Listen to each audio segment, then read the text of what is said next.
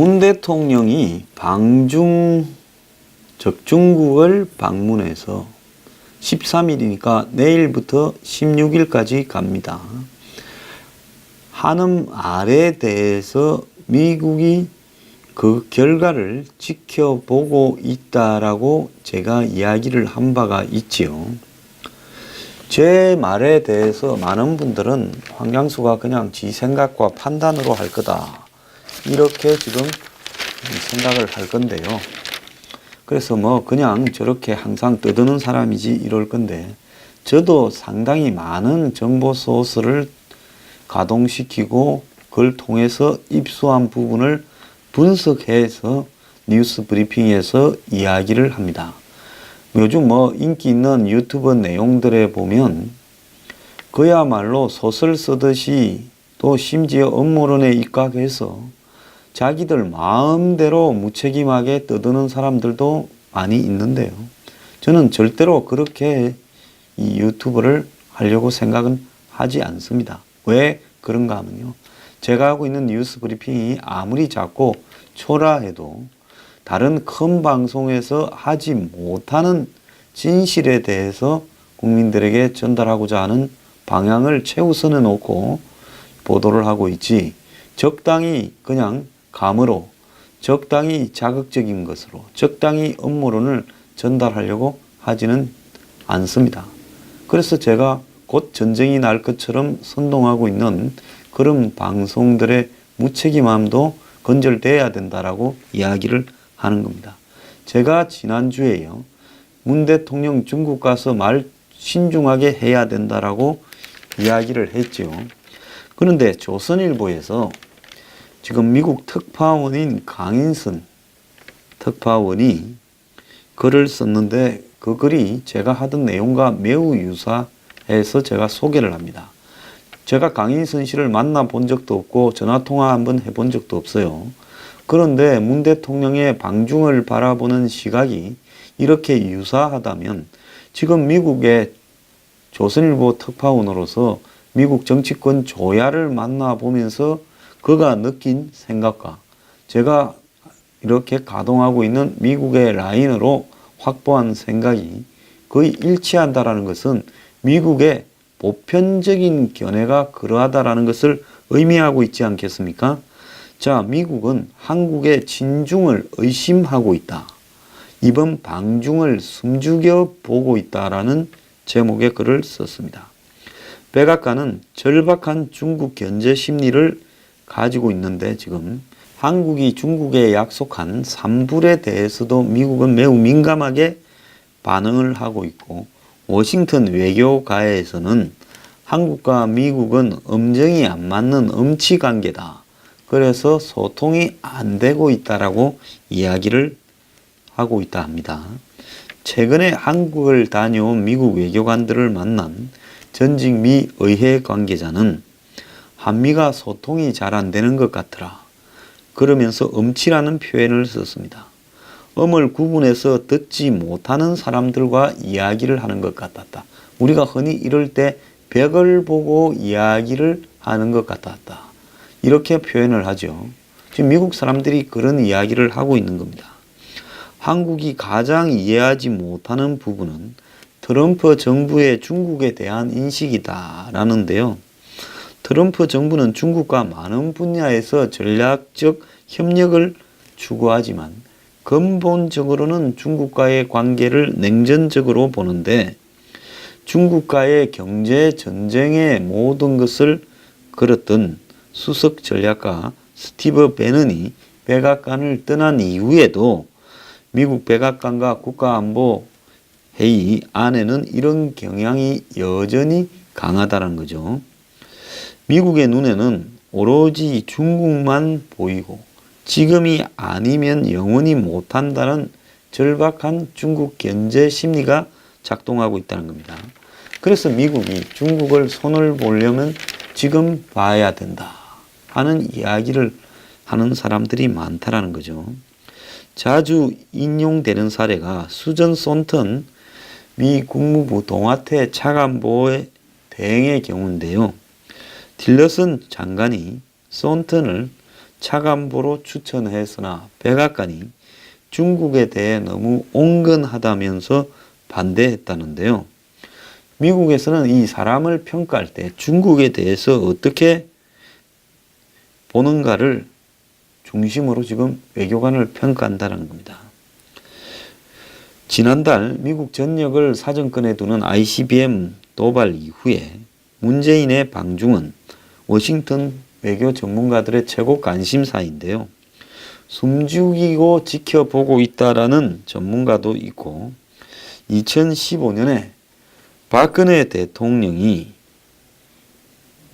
판문점의 목함 지뢰와 그 이은 포격 위기, 전쟁 위기를 미국이 들어서 도와주고 해결한 이후에도 북핵 문제를 해결한다라고 하는 핑계로 천안문 망루에 올라갔던 사건을 미국에서는 거론한다는 겁니다. 그 사건 이후 한미 관계는 미묘하게 틀어졌었다는 겁니다. 자, 그때 제 방송을 봤던 분들을 보지 않았던 분들 많이 계시겠지만은 다시 한번 그때 제가 박근혜 전 대통령이 천안문 망루에 올라가서는 안 된다고 2번, 3번 외치고 그렇게 했을 경우에 한미 관계가 파탄이 날 수 있다 하는 부분에 대해서 경고했던 부분들을 찾아보기 바랍니다. 지금도 미국에서는 천안문 망루 사건을 한마디로 한미 관계가 틀어진 시발점이다라고 보고 있습니다. 그 직후에 미국은 사드와 한일 관계 개선 두 가지를 가지고 박근혜 정권을 말할 수 없는 강도로 밀어붙였고 결국 박 정권은 그 부분을 뒤늦게 무리하게 수습하려다가 이제 정권이 여러 가지로 어려움이 생기게 됐습니다. 자, 그런데 한국의 박근혜 대통령을 지지한다라는 사람들은 지난번에 박근혜 대통령을 고하자고 성조기를 들고 태극기 집회에 나갔습니다. 그 세상은요, 알아야 된다는 겁니다. 모르고요, 무지하면요, 정말 큰 실수를 하는 겁니다. 문 대통령의 방중을 앞두고 중국이 지금 왕이 외교부장하고 인민일보가 나서서 사드에 대한 한국 측의 산불 약속 문제를 다시 거론하고 있는데 문 대통령이 중국에 와서 확실히 못을 박으라는데 워싱턴이 그걸 지금 바라보면서 신경을 세우고 있다는 겁니다. 자, 강경화 장관이 10월 말에 이 산불에 대해서 입장을 밝힌 직후에 우연히 만난 미국의 한 관리는 간 기자에게 한국 측으로부터 중국에 약속을 해준 건 아니다라는 설명을 들었다 하면서 그러나 한국이 이렇게 전략적으로 그냥 썩 말만 한 거하고 실제로 그렇게 하려고 하는 거하고는 엄청난 차이고 완전히 다른 이야기다라고 말을 했습니다. 맥마스터 백악관 안보보좌관도 지난 4일 조선일보와 가진 인터뷰에서 강 장관의 발언이 확정적이라고 보지 않는다라고 이야기를 했습니다. 한국이 이 영역, 즉 사드와 MD와 한미일 군사동맹의 부분에서 주권을 포기할 것인지에 대해서 믿지 않는다라고 말을 한 겁니다. 즉 이 부분에 대해서 한국이 어떤 행태로든 문 대통령의 방중에서 중국이 요구하는 사항을 이걸 충족시켜 주려고 노력하는 순간에 한미 관계는 파탄에 접어들 겁니다. 지난주에 나왔던 미국의 평창 올림픽 참가에 대한 회의적인 유보 발언들이 지금 이번 주 들어서 한국 정부가 급기 해명을 하고 미국하고도 손을 썼겠죠. 그러니까 그 이야기를 했던 헤일리 유엔 대사가 평창 올림픽에 참가한다라고 이야기를 했고 이 문제에 대해서 일부 언론들은 원론적인 발언을 했는데 미국의 헤일리가 한국의 언론이 불참으로 과대 해석을 했다. 그래서 한국이 미국 측에 오해가 없도록 해달라고 요청을 해서 백악관과 올림픽 조직위원회가 나서서 진화를 했다. 이렇게 지금 나오고 있습니다. 한국도 그러하겠지만 미국도 이런 발언을 관료가 잘못 발언을 했을 경우에는 해임이 될 수 있는 중대한 사건입니다. 이런 사건을 실수로 이랬다라고 저는 절대로 보지 않고요. 미국이 지금 한번 질렀다가 치고 빠지는 행태로 했다고 보고 있습니다. 산불뿐만 아니라요. 트럼프가 한국 오기 전에 일본에서 발표했던 인도 태평양 전략에 대해서도 한국이 곧바로 부정해버린 부분에 대해서 매우 섭섭하게 생각하고요. 한국의 이런 행보가 중국을 의식해서 미국의 아시아 전략 구상에서 발을 빼려고 하는 거 아닌가 하는 걸로 미국은 보고 있습니다. 자, 트럼프 방한 때 만찬에 올라온 독도 새우를 보고 외교적 무지와 무례에 대해서 놀랐다는 전문가도 있었는데요. 오바마 때 일했던 한 관리는 요즘 워싱턴의 코리안 워처들은 문재인 정부가 친중 반일 그리고 반미 약간이라는 표현을 썼지만은 이런 성향을 가졌다라고 보고 있다고 이야기를 했습니다. 자, 존스 홉킨스 산하 한미연구소는 최근에 북한의 ICBM 도발 이후 상황을 평가하는 보고서를 냈는데요. 자, 이 보고서에는 미국에 대해서 북한이 생존의 위협이 될 날이 멀지 않았다는 시각이 워싱턴에 대해 자리 잡고 있다. 그래서 미국 고위 관리들의 강경 발언으로 미뤄볼 때 북미 외교의 해결 기회는 이제는 문이 닫히고 있다. 이런 상황에서 트럼프 행정부는 출범 1년을 맞아 북핵 정책을 재검토하겠다고 했는데 올해만 15번 검토를 했다고 합니다. 자, 한국의 이 지금 북핵 문제에 대한 입장에 서운함을 넘어 배신감을 느끼는 트럼프 행정부로는 한중 정상회담을 지켜보고요. 그런 다음에 북핵 문제뿐만 아니라 한미 FTA 같은 무역 통상 환율 문제 그리고 주한미군 분담금 문제에 대해서 입장을 결정할 거라고 이야기를 하고 있습니다. 자, 그런데 트럼프 대통령이 최근에요. 대북 군사 행동을 주장하는 강경파들을 잇따라 만나고 있다는 겁니다. 10일에는 플로리다 웨스트 팜비치에 있는 자신의 골프 클럽에서 미 의회의 대표적 대북 강경파인 린지 그레이엄 상원 의원을 만나서 골프를 치면서 북한 문제를 이야기했다 합니다. 린지 그레이엄 의원은 이 주한미군 가족들을 철수시켜야 된다라는 발언을 얼마 전에 했고요. 또 얼마 전에 8일에는 지금 미국의 대표적인 대북 강경론자 폼페이오 CIA 국장으로부터 대북 정보 브리핑을 받았고요. 이날 오후에는 매티스 장관과 회동을 했고 7일에는 대북 강경파인 존 볼턴 전 유엔 미 대사하고도 만났다고 합니다. 자, 트럼프 장관이 이 폼페이오 CIA 국장을 이 틸러슨 국무장관을 좀 이따가 내보내고 그 자리로 넣고 CIA 국장으로는 팀 코튼 상원 의원이라고 젊은 의원이 지금 거론되고 있는데요. 이 사람도 공화당 내에서 주한미군 가족 철수를 주장하는 대표적 대북 강경파입니다. 그래서 미국의 지금 정치권과 행정부 내에서 또 트럼프의 좋은 그룹 내에서 대북 강경파가 점점 득세해 가고 있습니다.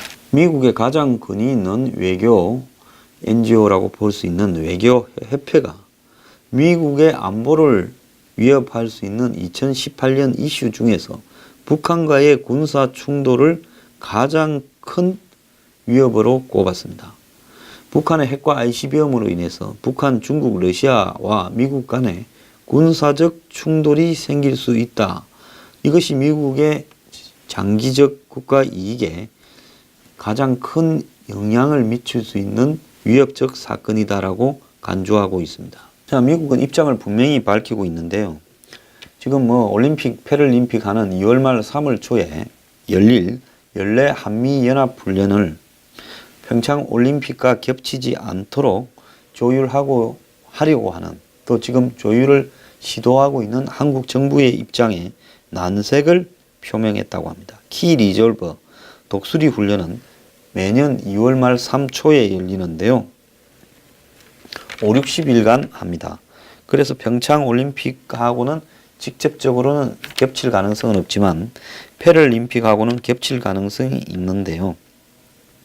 한국 정부가 그래서 키 리졸버 독수리 훈련 일정을 내년보다도 뒤로 미루자 이랬는데, 그래서 무슨 한반도 평화 올림픽 어쩌고 저쩌고 지금 그 구상을 하면서 실질적으로 문재인 정권이 노리는 것은 쌍중단을 중국과 북한에 보여주겠다는 겁니다. 올림픽을 핑계 대어서 쌍중단을 한다라는 중국의 이 요구를 우리가 수용했다라는 걸 보이려고 하는 거죠.